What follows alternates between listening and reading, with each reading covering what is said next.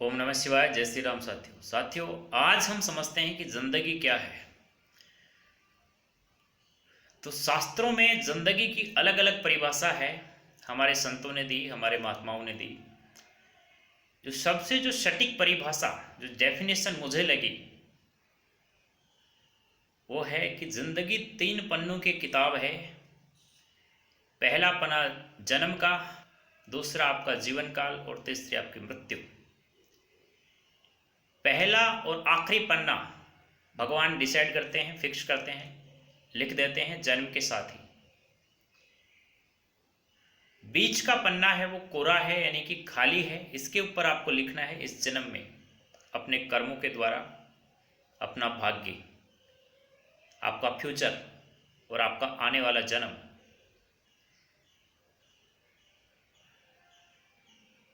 ऐसा शास्त्र कहते हैं कि कोई भी व्यक्ति अपना पहला और आखिरी पन्ना डिसाइड नहीं कर सकता। यानी कि पहला पन्ना यानी कि उसका जन्म किस देश में होगा, किस कुल में होगा, किस जाति में होगा, किस परिवार में होगा, गरीब परिवार में होगा कि अमीर परिवार में होगा, किसान के यहाँ होगा या मजदूर के यहाँ होगा, जन्म के समय उसकी स्थिति कैसी होगी, और आखिरी पन्ना उसकी मौत किस परिस्थिति में होगी, किस जगह पे होगी, किस प्रक्रिया से होगी। मनुष्य के हाथ में केवल बीच का पन्ना है, यानी कि उसका जीवन कैसा होगा, उसके यार दोस्त कैसे होंगे, उसकी संगति कैसी होगी,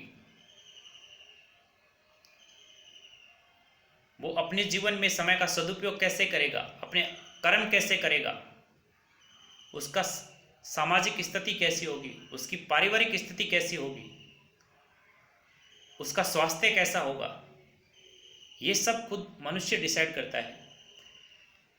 लेकिन जब शास्त्रों की गहराई में उतरते हैं तो पता चलता है कि तीनों ही पन्ने अप्रत्यक्ष रूप से मनुष्य के द्वारा ही लिखे जाते हैं। परमात्मा कभी किसी को कुछ लिखता नहीं है। परमात्मा की किसी से कोई दुश्मनी नहीं है, कोई मित्रता नहीं है। परमात्मा सबको एक समदृष्टि से देखता है, समान भाव से देखता है। वहाँ ना कोई हिंदू है, ना कोई मुसलमान है, ना कोई स्त्री है, ना कोई पुरुष है, ना कोई बच्चा है, ना कोई अमीर है, ना कोई गरीब है, ना कोई बड़ा है, ना कोई छोटा है। इसलिए उसको फर्क नहीं पड़ता। उसको फर्क पड़ता है जीव के कर्म से। यानी कि जो आपने पूर्व जन्मों में कर्म किए हैं उसी के आधार पे आपका परिवार डिसाइड हो रहा है, उसी के आधार पे आपका जन्म डिसाइड हो रहा है, उसी के आधार पे आपकी जगह डिसाइड हो रही है, और उसी के आधार पे आपका जो अंतिम जो पन्ना है मौत, वो डिसाइड हो रही है। और उसी के आधार पे आपकी उम्र डिसाइड हो रही है कि कितना समय आपको अगले जन्म में मिल रहा है अच्छे कर्म करने के लिए या अपने बुरे कर्मों को मिटाने के लिए।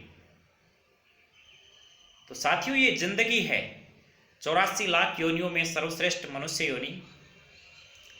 शास्त्र कहते हैं, संत कहते हैं कि अगर इस मनुष्य योनि में जीवन मिल जाए, देवता भी तरसते हैं इस मनुष्य योनि में जीवन पाने के लिए, क्योंकि प्रत्येक देवताओं के पास बहुत शक्तियां हैं, बहुत सुख है, लेकिन वो स्वतंत्र नहीं है, अपने मन मुताबिक आचरण नहीं कर सकते।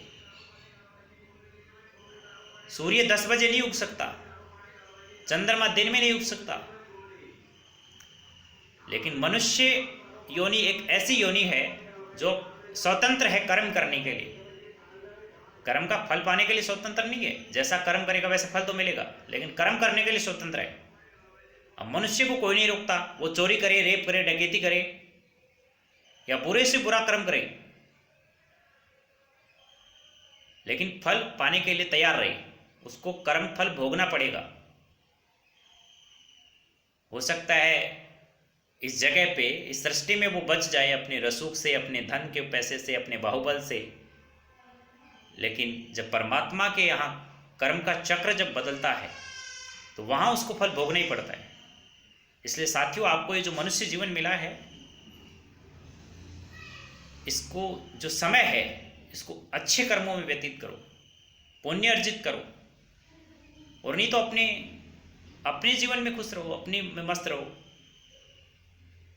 पुण्य अर्जित नहीं कर सकते, सहयोग नहीं कर सकते, दूसरों पे दया नहीं कर सकते, दूसरों की सेवा नहीं कर सकते, तो कम से कम इतना करो कि अपना अच्छा सोचो, अपने लिए तो कुछ अच्छा करो, बस बुरा मत करो, तो आपका जीवन धन्य हो जाएगा।